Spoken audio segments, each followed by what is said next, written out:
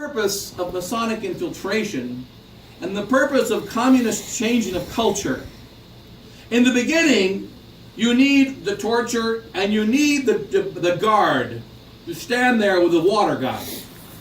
But after a time, the guard can go take a break. After a time, he can go on vacation. You need the Mason in the beginning to watch over things and to make sure that things are guided in a new direction. But after a time, the Mason can leave.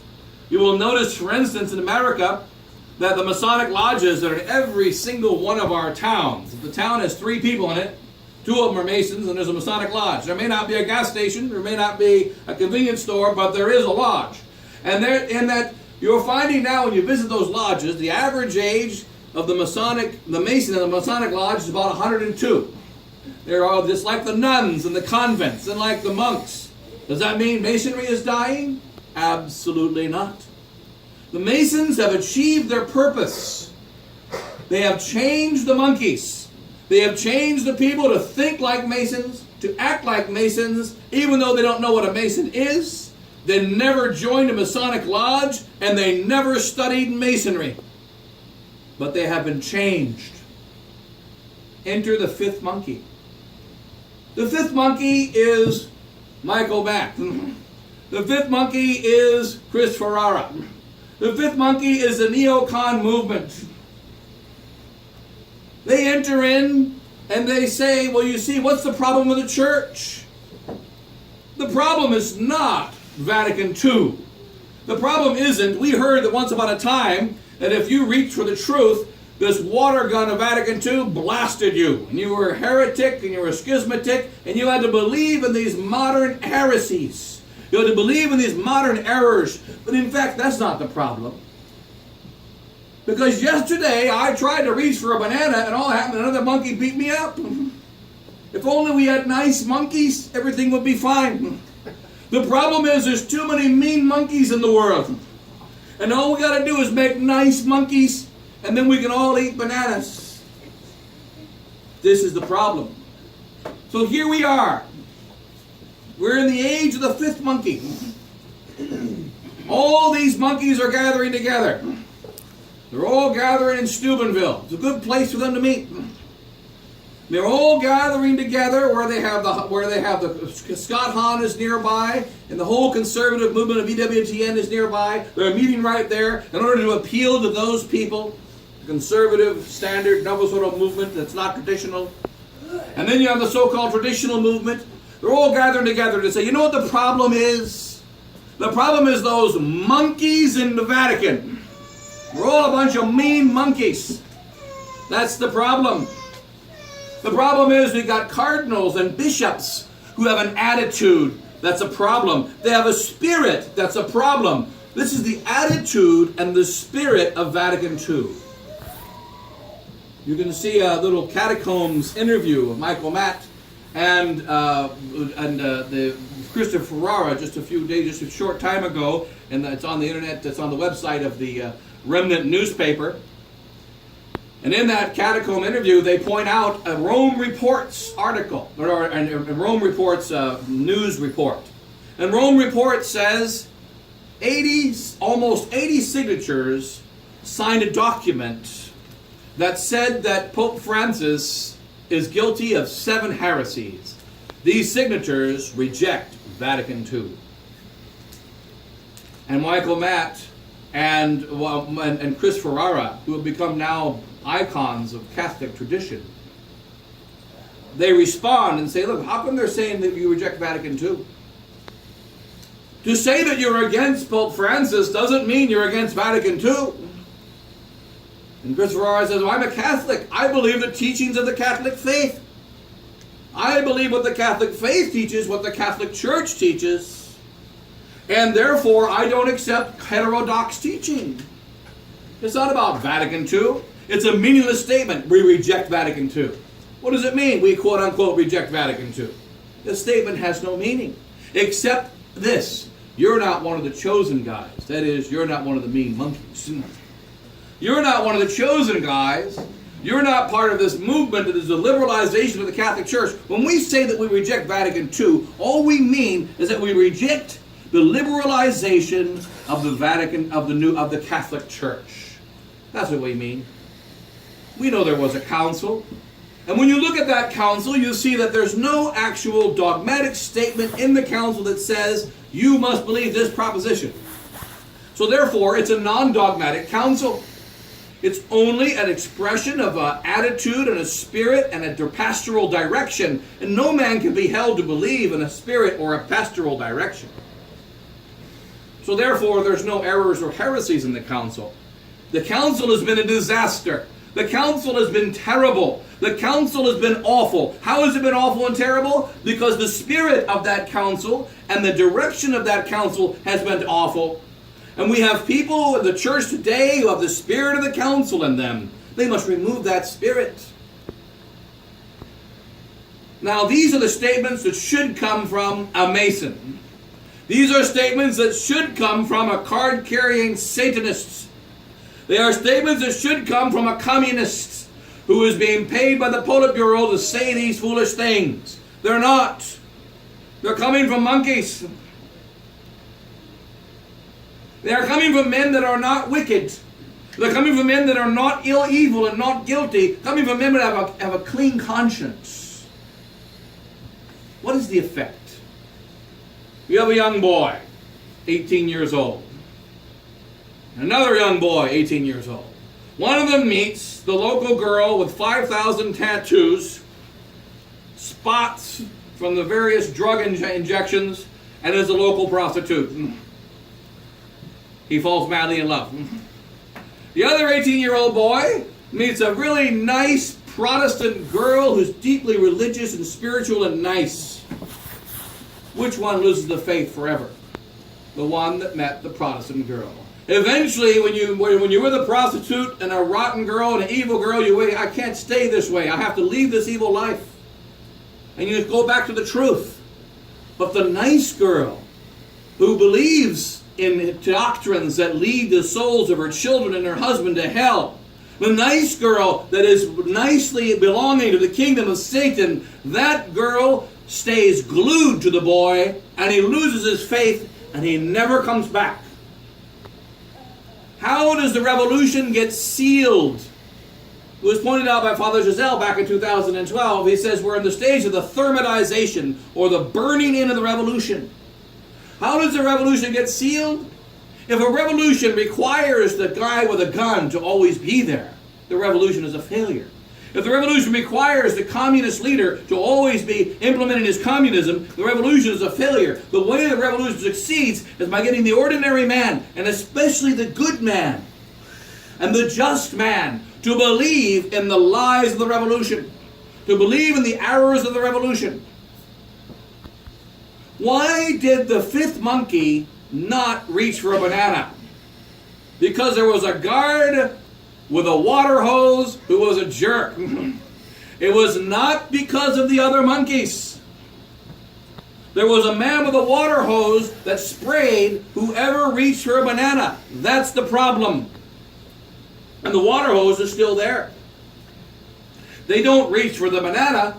The other monkeys beat them up. But why do they beat them up? Because there's a water hose and a mean guard.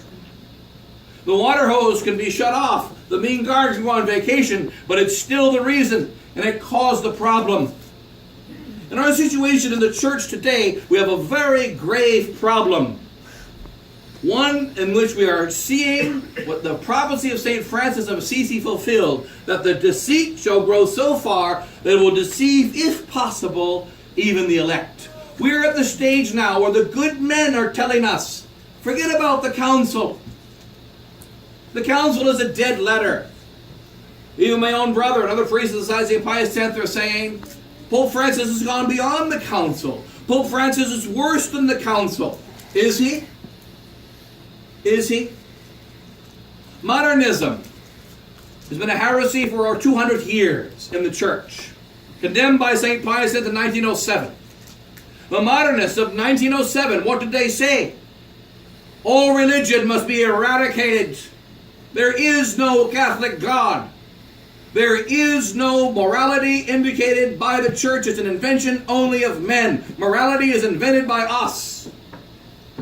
Therefore, homosexuality is good, marriage is evil. All the wicked things that are promoted today were promoted by them in 1907. Condemned by St. Pius X in 1907. This is not new. Pope Francis is not a new heretic. Pope Francis is not implementing a new religion. He is simply putting into practice the heresies and the errors of Vatican II. Vatican II is the problem. It was created by human beings who were Masons, and Masonry is still the problem today. But the Masonry now is a more serious problem today because the Masonic actions, the Masonic thinking, the Masonic direction is now being run by non-Masons who don't like Masons.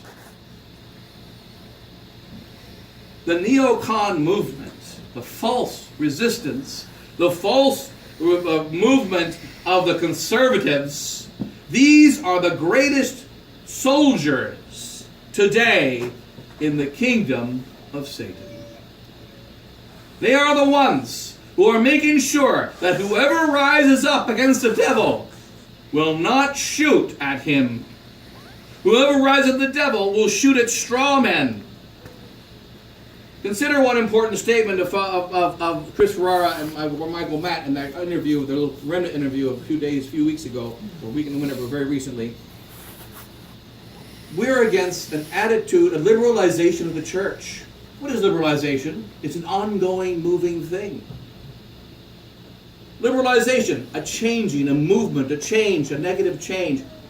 Can you stop every where do we start? Where does liberalization? When is liberalization acceptable and when is it unacceptable? You could say, for instance, liberalization of the church might be, for instance, to move a feast day, like they did in the 1950s, to move a feast day. Liberalization might be to add a genuflection where there shouldn't be one, or to remove a genuflection where there should be one. Liberalization might be something which Pius XII did in 1945. He changed the Psalter from the original Psalter of Jerome, St. Jerome, to the new Psalter of Cardinal Bea. And so that new Psalter is in all breviaries from 1945 to 1961. All breviaries during that period have a new Psalter. There's no heresy in that Psalter. It's just the words are all different. It's a liberalization. What liberalization? Where do we stop? Some people will say, well, the liberalization of changing anything, we're going to reject. Others will say, well, the liberalization of dogma, we're going to accept, but liberalization of morals, we're not going to accept. Others will say, we'll accept liberalization up to 25%, but not up to 32%. Up to 49%, but not up to 73%. Where does it start? Where does it stop? There's no beginning and there's no end. There's no clear doctrine. To answer mush with mush creates more mush. It doesn't fix anything. There is a doctrinal problem. That is, Vatican II and the new church teaches something against Jesus Christ, and it must be condemned completely. There is error and there is heresy in the council, and there is no way in which you can have a pastoral instruction without a dogma. Here's a pastoral instruction. Don't touch my Lamborghini. That's a pastoral instruction. Don't touch it. It's just a directive. Is there any doctrine in it? There's a lot of doctrine in it. The principal doctrine is, I own that car. Another doctrine is, there's a car there. If a beggar tells you, don't touch my Lamborghini, don't worry about it. Number one, he doesn't have a Lamborghini, and if it is, it's not his. He's lying. There's a doctrine. The doctrine is, I own something. It is mine. The owner has the right to say who can touch it, who can't touch it. If the owner says, don't touch it, you can't touch it. He's either telling the truth and he really owns the car, or he's telling a lie, in which case he doesn't own the car. If he tells the truth, his doctrine is right, and the moral statement, don't touch my Lamborghini, is a correct statement. If the Lamborghini doesn't exist, or it's not his car, then because of the doctrinal error, you can touch it. There is no possibility of making any pastoral directive which does not have a doctrinal foundation and which is not necessarily doctrinal. It is impossible to make a statement that is not doctrinal. Therefore, to say that Vatican II is a pastoral and not doctrinal council is absurd. To say that there is no teaching in Vatican II, and therefore we can say it's not heretical, is absurd. When we say that all religions, or that the Catholic religion subsists in the true church, it means that there's other religions may also subsist in the true church. That's a heresy. When we say that non-Catholics can receive Holy Communion if they believe in the Blessed Sacrament, it means that non-Catholics are in the state of grace, friends of God, having the true faith, which is a lie, and that they thereby, being united us in faith, may receive Holy Communion. These are doctrinal errors. They are heresies, and therefore it's a mortal sin and a sacrilege for a Protestant to receive Holy Communion. But the new Code of Canon Law says he can. And the same is true of the other pastoral directions that are immoral, contained in the modern teachings. They all have a doctrinal foundation. Can you bury your grandma with ashes? Can you bury your ashes in the church? Oh, yes, you can. If you can bless grandma's ashes, what does that mean? It means it is moral to desecrate the body of grandma. It means it's moral to obliterate and treat with the most vile disrespect the body of the temple that is a temple of the Holy Ghost. And that's an error. That is against God. There is no moral statement, there is no pastoral directive that is not doctrinal. And now we find Catholics. What makes us Catholic? We find Catholics telling us we can still hold our truth and not worry about the pastoral directives of Vatican II and not consider them as doctrines. What does St. Athanasius tell us in his creed? Unless a man believes all and holds wholly and firmly every doctrine of the church, without doubt he must perish. It matters what we believe. And now we have Society of St. Pius X priests gathering together with indult priests, gathering together with the Fraternity of St. Peter. The Fraternity of St. Peter was formed specifically to destroy us. It's like Lucifer and St. Michael getting together for an identity conference. We are enemies, standing on two different sides of the fence. One is with God and the other is not, or the other is with God and the one is not. But if they are both together, then both are against God. For God is never the friend of the enemy. He is never standing together with the enemies of Christ, the enemies of the truth. Where do we go from here? It's a psychological message. The days of you traditional Catholics fighting against Vatican II, it's over. Nobody talks about Vatican II anymore, so forget about it. Let's just start with where do we go from here? You can think Vatican II is bad, I can think Vatican II is good, or I can think Vatican II is bad, you can think it's good. No one cares. It's just an attitude, it's just a spirit. What matters is, what are we going to do about Cardinal Burke? What are we going to do about Cardinal Mueller? What are we going to do about Pope Francis? What are we going to do about the real problems of today, which are those people? And yet, when our ancestors stood in front of emperors and were put to death, what did they say? What I believe is what matters, and what you believe is what matters. The sacred truth is what matters, and what destroys is the lie of the devil. We love all individuals. We love Pope Francis. We love Cardinal Mueller. We want all of them to repent and come back to God if they are his enemy. We want them to remain faithful if they are his friend. But we know that whoever believes in his heart the lie of the devil must be damned. Whoever believes in his heart the truth of God must be saved and operates firmly according to it. Hence it really matters, the doctrine, and all other things flow from it. And when we find Catholics gathering together in unity, what unity? Father Lupe is going to be there at the conference next week. He's a vagus, according to Rome. He's not approved. He doesn't say Mass in an approved church. He doesn't have paperwork that says he's approved. And yet he'll be there with the approved priest, and they're all going to approve of each other. And they're all going to talk nice things. Guaranteed. Guaranteed, the most Catholic conference, the most Catholic content will not be found in the SSPX priest. It won't be found there. Look at Amoris Laetitia. In Amoris Laetitia, rather, the document written by 40 Novus Ordo priests and 40 Novus Ordo theologians.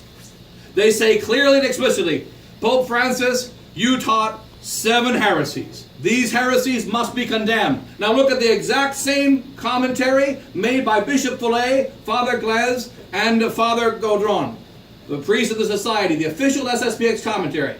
Pope Francis's Amoris Laetitia is not heretical, but it's dangerous, it's imperfect, it can be understood in the wrong way. SSPX says, not heretical, dangerous, can be understood in an imperfect way, be concerned. Novus Ordo priest says 7 heresies. And by the way, there's more than 7 heresies, they say. We're just enunciating these 7. The Novus Ordo priest speaks clearly. The Novus Ordo priest speaks the truth. And the traditional priest speaks blah, blah, blah, blah, blah, blah. Speaks like an adult on peanuts. Now, but the fact is, this is not the way of Christ. Corruptio optimi pessimi. The corruption of the best is the worst. We can't have this. We can't have this. Let's stand for the sacred truth and realize we're in a dogmatic fight. Yes, the Freemasons started it, but now the good people are thinking like Freemasons. Vatican II is the heresy, and now we're saying forget about Vatican II, but it's still the reason why the monkeys are beating each other up. It's still the reason for our crisis. And so let's stand with Christ and not with this Antichrist. What is he? He's a monkey.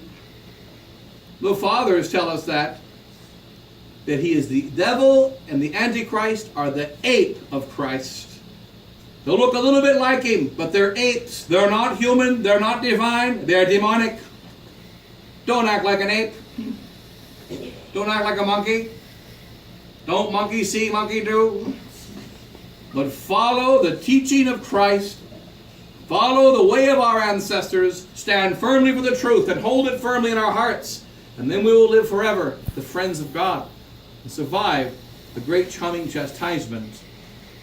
St. Francis says in his prophecy before he died, when the time of the test comes, because they didn't stand for the truth, they shall fail. We must stand for the truth. Stand firmly for the truth. And when the proving and testing comes, Our Lady will give us the strength through her being the mediators of all grace. Come out the other side victors with Christ. So God bless you all. In the name of the Father, and the Son, and the Holy Ghost. Amen.